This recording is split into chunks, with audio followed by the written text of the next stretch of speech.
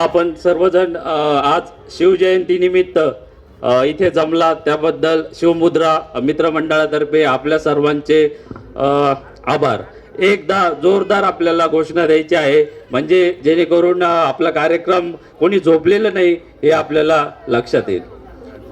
छत्रपती शिवाजी महाराज की जय. भवानी हर हर. बघा, आपल्या सर्वांना कल्पना आहे की आपण नगरामध्ये दोन कार्यक्रम जोरदार पद्धतीने करत असतो.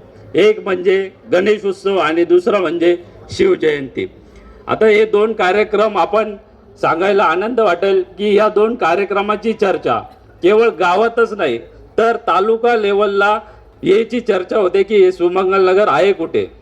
API साहेबांनी जेव्हा आपले कार्यक्रम बघितले, मागचे व्हिडिओ त्यांना आम्ही दाखवले, त्यांना नवल वाटलं की तुमच्या नगरामध्ये एवढ्या मोठ्या प्रमाणावर कसा कार्यक्रम होतो आणि तेही शांततेत. आणि सर्वात महत्त्वाचं म्हणजे आपल्या कार्यक्रमांमध्ये महिलांची संख्या सर्वात जास्त असते आणि जिथे महिलांचा सहभाग असतो तो कार्यक्रम यशस्वी झाल्याशिवाय राहत नाही. आपण सर्वांनी बघितलं आहे, गणपतीमध्ये 10 दिवस आपण किती एन्जॉय करतो. महिलांनी 5 ते 6 दिवस मेहनत करून जो अप्रतिम नृत्य सादर केलं होतं ते आपण सर्वांनी बघितलं. आपल्या नगरातल्या मुलीही काही कमी नाही, त्यांनी 3 दिवसामध्ये अप्रतिम असा डान्स केला होता. आणि मुलांचं तर विचारायचंच नाही, मिरवणूक सुरू झाली तेव्हा त्यांनी डान्स बसवला आणि तरी तो अप्रतिम केला. त्याबद्दल त्यांचे धन्यवाद. आणि आपल्या नगरातील मामा जोडी म्हणजे शिरसाट सर आणि पाटील साहेब यांच्या संभळ्यावरचा डान्स तुम्ही जर बघितला तर तरुणांना लाजवल असं त्यांचं नृत्य आहे. त्यांच्यासाठी एकदा जोरदार टाळ्या वाजल्या पाहिजे. आणि त्याचप्रमाणे जय हरी यांची फुगडी आपल्या सर्वांना माहीत आहे. त्यांचंही जे एनर्जी लेवल आहे आणि त्यांची फुगडी आता थोड्या वेळात आपल्याला बघायला मिळेल, त्याबद्दल आपण त्यांना सांगितलेलं आहे करू आपण. तर आता हे आपलं जे उद्दिष्ट आहे की आपण हे का साजरी करतो की सर्वांनी एकत्र आलं पाहिजे, एकमेकाच्या दुःखात सहभागी झालं पाहिजे, त्याकरता आपण हे कार्यक्रम करतो. महात्मा फुलेंनी 1870 मध्ये सर्वात आधी शिवजयंती चालू केली.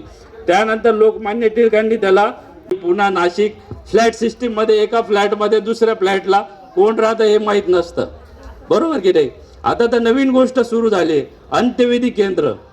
म्हणजे हे लोक त्यांचं एक टीम असते की सिटीमध्ये असं झालं आहे की अंत्यविधीला माणसं एकत्र येत नाही, तर ही टीम एकत्र येते आणि ती सर्व करून आपल्याकडे फक्त अस्थी देते. सुदैवाने आपल्याकडे अशी परिस्थिती नाही, त्यामुळे आपण हे कार्यक्रम करतो की नगरातील सर्व लोक एकत्र यावे आणि एकमेकाच्या दुःखात सहभागी व्हावं किंवा सुखात सहभागी व्हावं. शेवटी आपल्याबरोबर काय येतं, या सर्व आठवणीच असतात, त्यामुळे आपण हे सर्व कार्यक्रम घेत असतो. त्याचप्रमाणे आज आपण सकाळी जे शिबिर घेतलं, सांगायला आनंद वाटेल की आपल्या नगरामध्ये जवळजवळ आपण 100 ते 150 पेशंट आज शिबिरामध्ये चेक केले. आणि एक धक्का म्हणजे असं की आपल्या नगरातील बऱ्याच लोकांना शुगर आणि BP डायग्नोज झाला. आणि शुगर वाढल्यामुळे आम्हाला दुसरी काळजी अशी पडली की आता आपण जी बुंदी केलेली आहे तिचं काय करायचं. आता एवढ्या लोकांना जर शुगर झाली तर त्या बुंदीचं काय करायचं हा मंडळासमोर मोठा प्रश्न उभा राहिला आहे.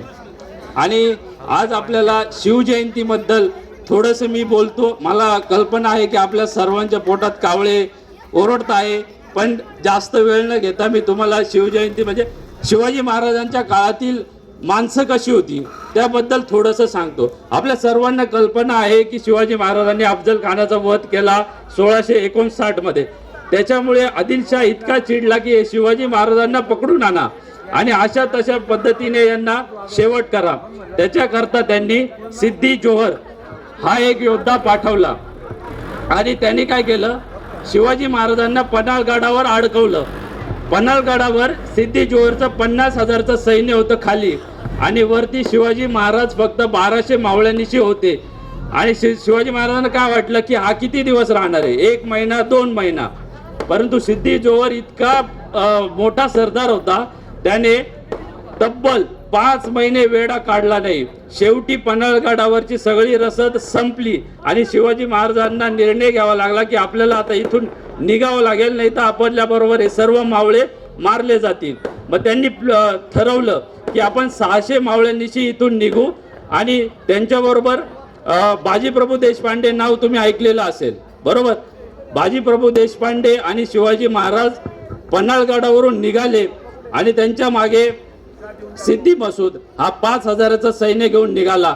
अंतर किती होतं? पन्हाळगड ते विशालगड कमीत कमी 65 किलोमीटरचं अंतर होतं आणि हे पायी जायचं होतं, घोड्यावर जायचं नव्हतं, कारण घोड्याचा आवाज येईल ते त्यांना ते कळून जाईल. मशाल लावायची नाही, कारण ते अंधारामध्ये त्यांना शत्रूला त्याची कानोसा होईल, त्यामुळे अंधारात. आणि विचार करा त्या काळामध्ये जंगलाची परिस्थिती कशी असेल आणि प्राण्यांची परिस्थिती कशी असेल. आता सुद्धा कोणी म्हटलं की बिबट्या आला तरी आपण घाबरून जातो. आता मागे कुमावत मावशींच्या इथे कार्यक्रम होता, कोणीतरी अफवा पसरवली की बिबट्या आला. 15 मिनिटात अर्धे लोक गायब झाले. जय हरी तर सर्वात आधी गायब झाले. आम्हाला वाटलं बिबट्या वगैरे पकडायला गेले की काय.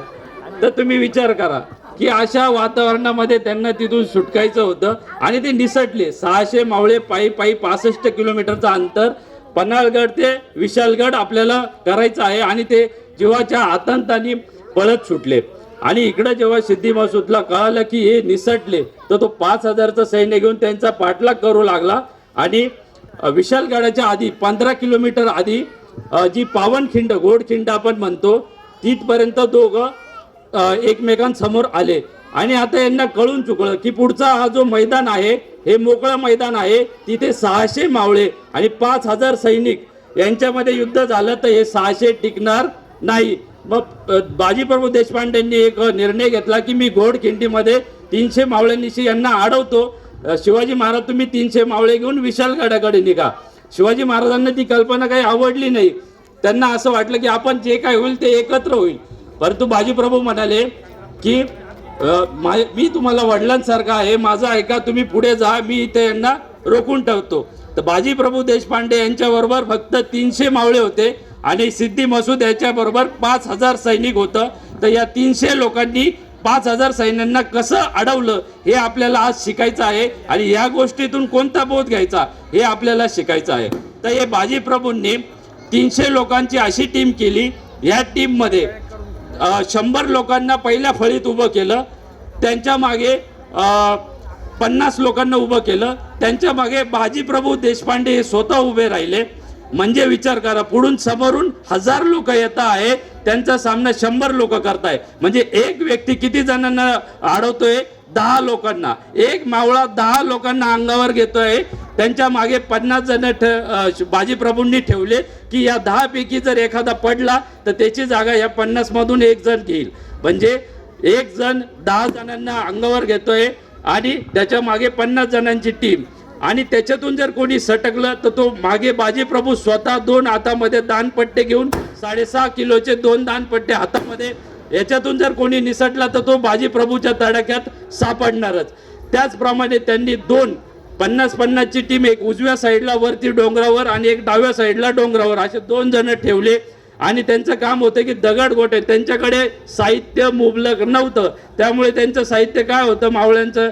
दगड गोटे, दोंडे, दानपट्टे, बाले. तर हे दोन्ही टोकावर 50-50 लोक, म्हणजे 100 पुढे 50 मागे, बाजीप्रभू तिथे 50 इकडे उजव्या साईडला, 50 डाव्या साईडला, आणि किती झाले? 250. आणि शेवटी बाजीप्रभूंच्या मागे 50 लोक. म्हणजे याच्यातून जर कोणी निसटलं तर शेवटी जे 50 लोक आहे ते त्याला पकडणार. असा हा थरार सुरू झाला सकाळी 9 वाजता.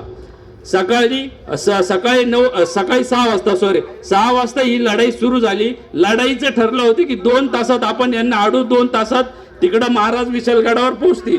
परंतु झालं असं की विशालगडावर दळवी आणि सूर्यराव यांनी वेढा घातला होता, त्यामुळे शिवाजी महाराजांना पोहोचायला लेट झालं.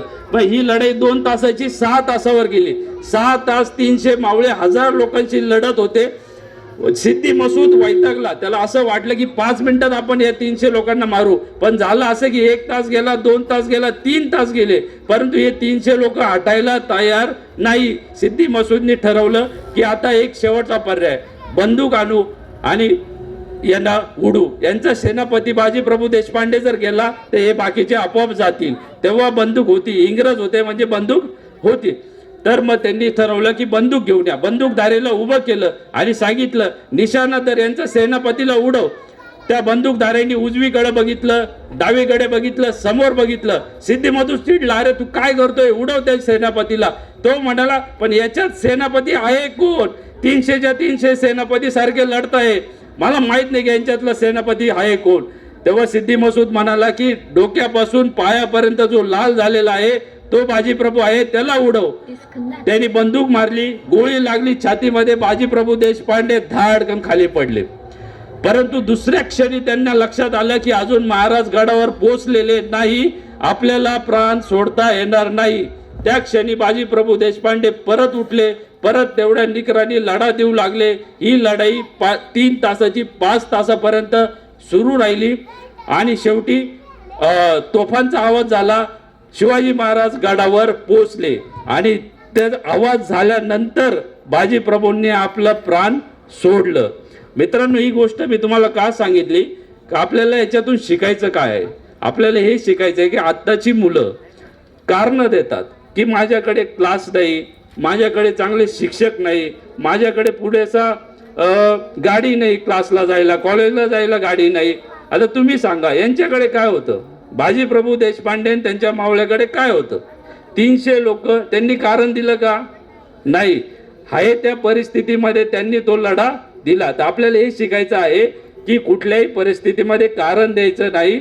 आहे ते शिवचरित्र आपल्याला त्यासाठीच शिकायचं आहे की कोणते त्याच्यातून आपल्याला इतिहासातून काय शिकायला मिळतं. तर पहिली गोष्ट आपल्याला शिकायला मिळाली की कारण द्यायचं नाही. दुसरी गोष्ट नेव्हर गिव्ह अप, शेवटच्या श्वासापर्यंत लढत राहायचं. बाजीप्रभूंनी काय केलं? आपल्या शेवटच्या श्वासापर्यंत ते लढत राहिले. त्यामुळे आपण तुम्ही कोणत्याही क्षेत्रात आहात, जर तुम्हाला यश मिळवायचं असेल तर तुम्ही तिथे शेवटच्या क्षणापर्यंत, शेवटच्या श्वासापर्यंत प्रयत्न केले पाहिजे. तुम्हाला यश हे नक्की मिळेल. आपल्याला ह्या 2 गोष्टी शिकायच्या आहे. या गोष्टीतून एवढं बोलतो आणि माझे 2 शब्द थांबवतो. जय हिंद, जय महाराष्ट्र. छत्रपती शिवाजी महाराज की जय. भवानी. हर हर. धन्यवाद डॉक्टर साहेब. अतिशय प्रेमळीनं त्यांनी आपल्याला